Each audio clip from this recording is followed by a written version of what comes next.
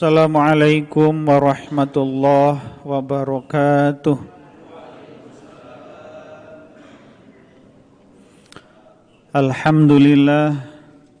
Alhamdulillahi rabbil alamin. Wa bihi nasta'inu ala umuri dunya waddin. Asyhadu an la ilaha illallah wahdahu la syarikalah. Wa asyhadu anna Muhammadan abduhu wa rasuluhu alladzi la nabiyya ba'dah. Allahumma shalli ala sayyidina Muhammad wa ala ali sayyidina Muhammad. Rabbi shrahli sadri wa yassirli amri wahlul 'uqdatam min lisani yafqahu qawli, amma ba'du. Hadirin wal hadirat, bapak-bapak, ibu-ibu jamaah subuh yang kami muliakan, kita bersyukur kepada Allah Subhanahu wa taala atas segala kenikmatan yang Allah berikan kepada kita semua, kenikmatan lahir dan batin, kenikmatan iman dan Islam, kesehatan, sehat jiwa dan raga,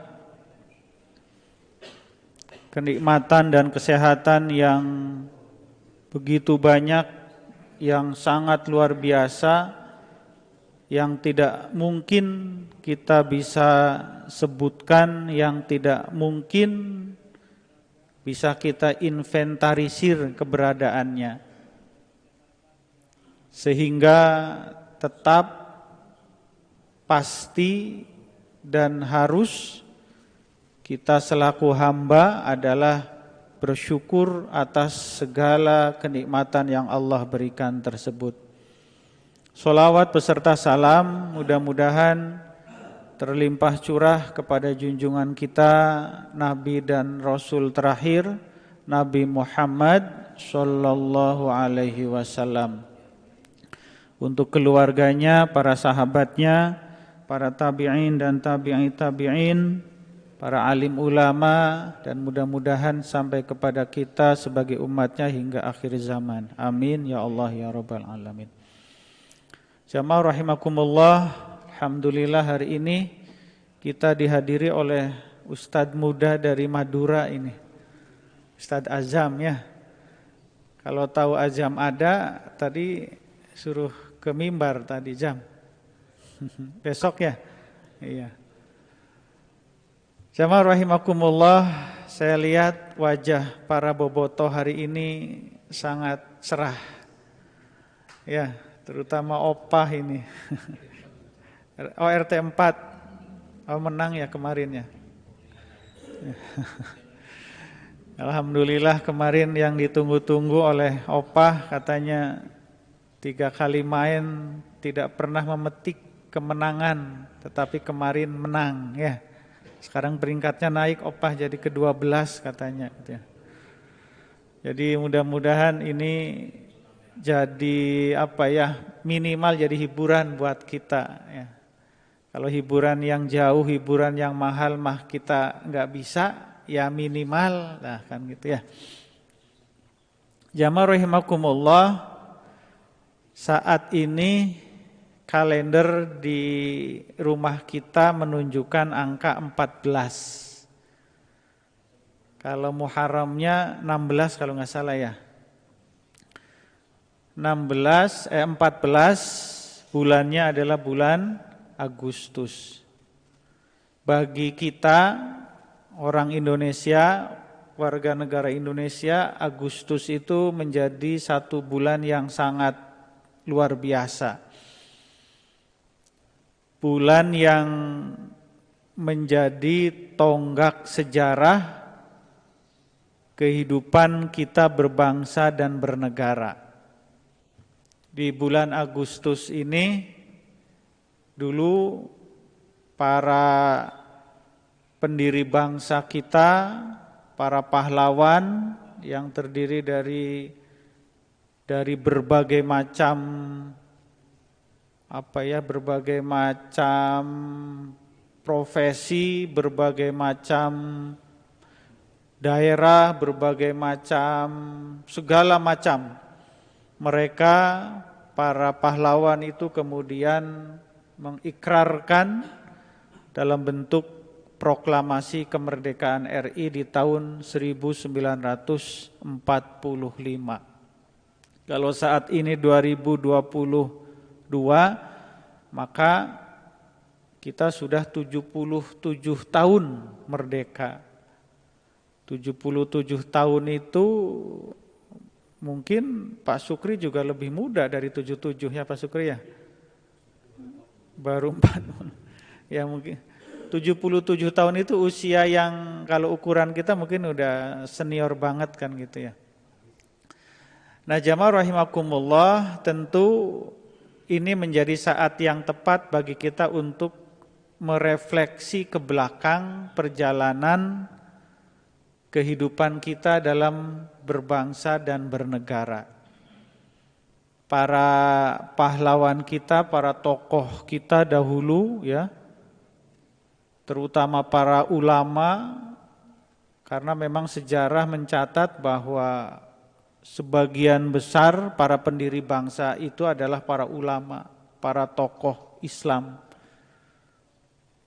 Mereka berani berkorban, mereka berani mengorbankan segala macam apa yang mereka miliki, jiwa, raga, lahir, batin, materi, non-materi, semuanya adalah mereka korbankan ikhlas lillahi ta'ala. Tanpa ada sedikit pun keinginan, kepentingan, tujuan material yang mereka harapkan ketika merdeka kelak. Itu yang saya baca dari bayangan pikiran mereka saat mereka memproklamirkan negara Republik Indonesia. Nah, jamaah rahimakumullah, maka bagi kita tentu saat ini tidak mengalami bagaimana kondisi psikis mereka saat itu. Yang kita alami saat ini, yang kita rasakan adalah situasi kondisi di mana kita sudah menjadi bangsa yang merdeka. Ya. Kalau dibahas panjang lebar tentang kemerdekaan ini, kemudian muncul banyak sekali orang yang optimis, selalu melihat jauh ke depan. Kalau orangnya pesimis, kemudian merdeka gimana? Iya, merdeka, bebas dari penjajahan, tapi bla bla bla bla, panjang lebar. Nah, tentu kita atau saya tidak dalam kapasitas untuk membahas itu karena tidak punya kemampuan untuk itu. Tetapi ada satu hal yang ingin saya coba sampaikan, jamaah rahimakumullah, mengutip atau terinspirasi dari syairnya Jalaluddin Rumi, sebuah syair pendek. Itu beliau dalam Masnawi itu pernah mengatakan begini, bahwa cinta itu ibarat sholat. Nah, sekali lagi, cinta itu ibarat sholat. Keduanya akan batal jika tidak ada kesucian. Pendek, Pak. Cinta itu ibarat sholat, keduanya akan batal jika tidak ada kesucian. Setuju enggak? Pak Ligar setuju enggak? Ya, kita lihat. Sholat dulu, misalnya kita sholat dulu yang kita faham ya. Sholat itu ya akan batal kalau kita tidak suci. Tadina suci kemudian batal, hadas besar, hadas kecil, maka menjadi tidak suci dan batal kan gitu. Nah, maka cinta itu ibaratnya sholat. Cinta pun sama, itu akan batal, akan tidak bernilai, akan hampa ketika di dalamnya tidak ada kesucian. Di dalamnya tidak ada ketulusan, di dalamnya tidak ada keikhlasan terhadap apapun. Maka tentu sebagai seorang sufi besar, maksud cinta di sini adalah cinta kepada Allah Subhanahu wa taala. Tetapi kalau kita turunkan dalam level yang lebih rendah, misalnya kita turunkan menjadi cinta kepada manusia pun sama. Itu tidak ada maknanya, kering ketika tidak didasari, tidak dilandasi dengan kesucian, tidak dilandasi dengan keikhlasan. Di rumah Bapak yakin kita semua mencintai anggota keluarga kita. Betul enggak? Yakin saya mah, apapun pokoknya yakin. Sejarah membuktikan perjalanan panjang rumah tangga kita, ada yang mungkin baru 10 tahun, 20 tahun, 30 tahun, bahkan mungkin ada yang sudah 50, 60 tahun. Yakin didasari atas rasa cinta kepada pasangan kita. Kalau tidak, hasilnya akan beda. Nah, jamaah rahimakumullah, maka dulu para pahlawan kita itu adalah didasari atas kesucian ketika berjuang mengangkat senjata dengan bekal senjata yang sangat sederhana, mereka dasarnya adalah kesucian lillahi ta'ala. Bisa kita bayangkan betapa beraninya mereka, betapa patriotisme yang luar biasa dalam jiwa mereka. Ungkapan yang sering kita dengar itu kan hanya dengan berbekal bambu runcing melawan senapan, kan gitu ya. Hanya dengan berbekal bambu runcing kemudian melawan tank baja, kan gitu. Artinya kalau tidak didasari oleh semangat, oleh cinta tanah air, oleh patriotisme yang luar biasa dalam diri mereka, itu enggak akan berani orang seperti itu. Kita yang saat ini dalam posisi sebagai seorang kepala rumah tangga misalnya, itu kan kita bekerja dari pagi sampai sore, bahkan sampai malam, atau bahkan mungkin dia nginep di tempat kerja. Itu kan bukan perkara yang mudah, bukan perkara yang gampang, tetapi itu kita lakukan, tetapi itu kita kerjakan dengan penuh ketulusan, dengan penuh keikhlasan. Kenapa? Dalam rangka apa? Dalam rangka memenuhi hajat keluarga, rumah tangga kita. Kalau kita tidak didasari dengan rasa cinta kepada keluarga kita, maka tentu kita tidak akan mau melakukan itu. Nah, jamaah rahimakumullah, maka ketulusan, kesucian kita, pretensi kita, kepentingan kita yang di luar Allah Subhanahu wa taala, itulah yang harus kita kesampingkan. Itulah yang menjadi pemersatu kita, kepentingan kita kepada Allah. Kita suci dari kepentingan sesuatu yang bersifat material. Kita suci dari kepentingan yang bersifat egoisme kita. Kita sucikan diri kita dari kepentingan-kepentingan yang bersifat sosial, ingin dipuji, kepentingan ingin dihargai oleh orang lain, kepentingan ingin dianggap lebih. Nah, tadi malam kalau bahasanya Pak Ustadz Ayus membahas juga itu tentang ujub dan lain sebagainya. Maka hal-hal itulah yang kemudian menjadikan kita tidak suci lagi. Ketika kita tidak suci lagi, maka cinta kita ibarat sholat itu tidak menjadi batal adanya. Nah, tentu kita tidak ingin seperti itu. Nah, jamaah rahimakumullah, ini yang harus kita perbaharui, ini yang harus kita renungkan dalam kehidupan kita selama ini, saat ini.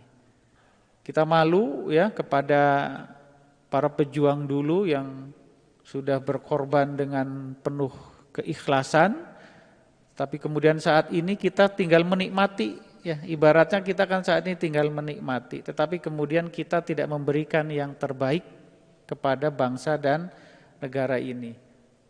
Maka satu hal yang bisa kita lakukan untuk itu adalah kita menjadi pribadi yang baik dulu. Kita menjadi pribadi yang dalam kapasitas kita masing-masing, dalam porsi dan proporsi kita masing-masing sebagai apa, maka disitulah peran kita. Sebagai seorang karyawan misalnya, maka dia menjadi seorang karyawan yang baik di tempat kerjanya. Sebagai seorang pedagang, maka kemudian dia menjadi pedagang yang baik, yang jujur dalam proses perdagangannya. Sebagai seorang petani misalnya, maka dia menjadi seorang petani yang baik. Jadi kesimpulannya jamaah rahimakumullah, dalam porsi kita masing-masing yang saat ini sedang kita emban, ya, yang saat ini sedang kita sandang, maka disitulah kita berperan. Kita tidak perlu melihat orang lain seperti ini, seperti itu. Yang kita lakukan adalah kita sebagai apa, maka itu kita kerjakan. Maka para ulama bijak itu kemudian sering memberikan nasihat kepada kita, kerjakan yang menjadi tugasmu, kerjakan yang menjadi tugasmu sebagai hamba, maka biarkan Allah yang mengerjakan tugasnya sebagai Tuhan.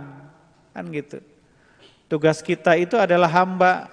Hamba itu mengabdi, mengabdi itu beribadah, mengabdi itu melayani, kan gitu. Maka biarkan kita nggak usah intervensi, campur tangan kepada Allah, ngatur-ngatur Allah. Maka biarkan Allah untuk menjalankan tugasnya sebagai Tuhan. Karena kita yakin bahwa Allah pasti akan memberikan yang terbaik kepada kita.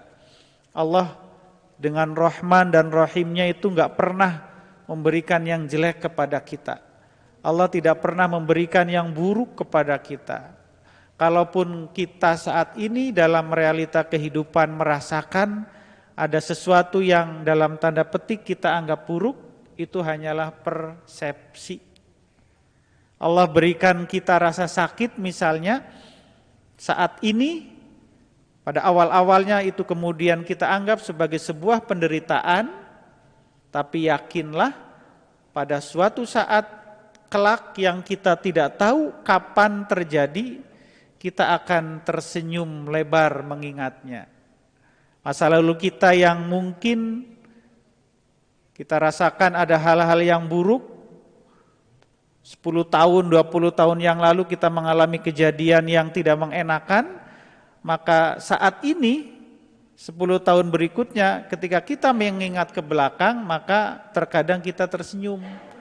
Padahal dulu kita menangis. Betul nggak Pak Sukri? Dulu awal-awal ketika Pak Sukri sakit, pasti ya Allah bla bla bla. Tapi sekarang setelah berlalu sekian tahun, sekian saat, tersenyum. Malah kemudian terkadang muncul, alhamdulillah ya Allah, dulu engkau berikan aku sakit, akan gitu. Coba dulu awal-awal ketika sakit, saya yakin gak mungkin seperti itu. Tapi kemudian seiring berjalanan waktu, proses permenungan, ya ditafakuri, direnungkan. Sekarang yang muncul adalah kalimat syukur, alhamdulillah. Ya Allah, engkau berikan aku sakit sehingga aku saat ini bisa seperti ini, bisa seperti ini, bisa seperti ini.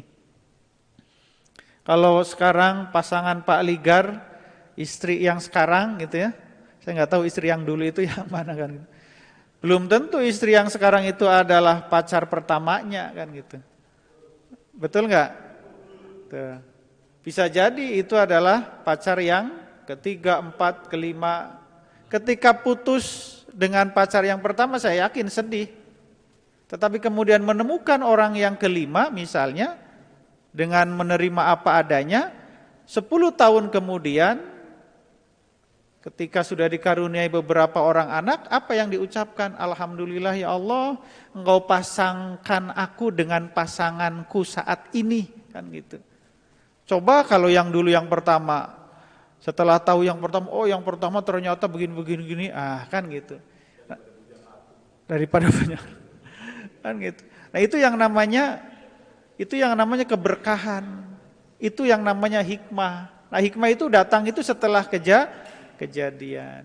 Nah oleh karena itu jamaah rahimakumullah, perjalanan 77 tahun yang saat ini Allah titipkan, Allah amanahkan nikmat kemerdekaan yang luar biasa ini, mari sekali lagi dalam peran kita masing-masing, dalam porsi dan proporsi kehidupan kita masing-masing, kita lakukan yang terbaik.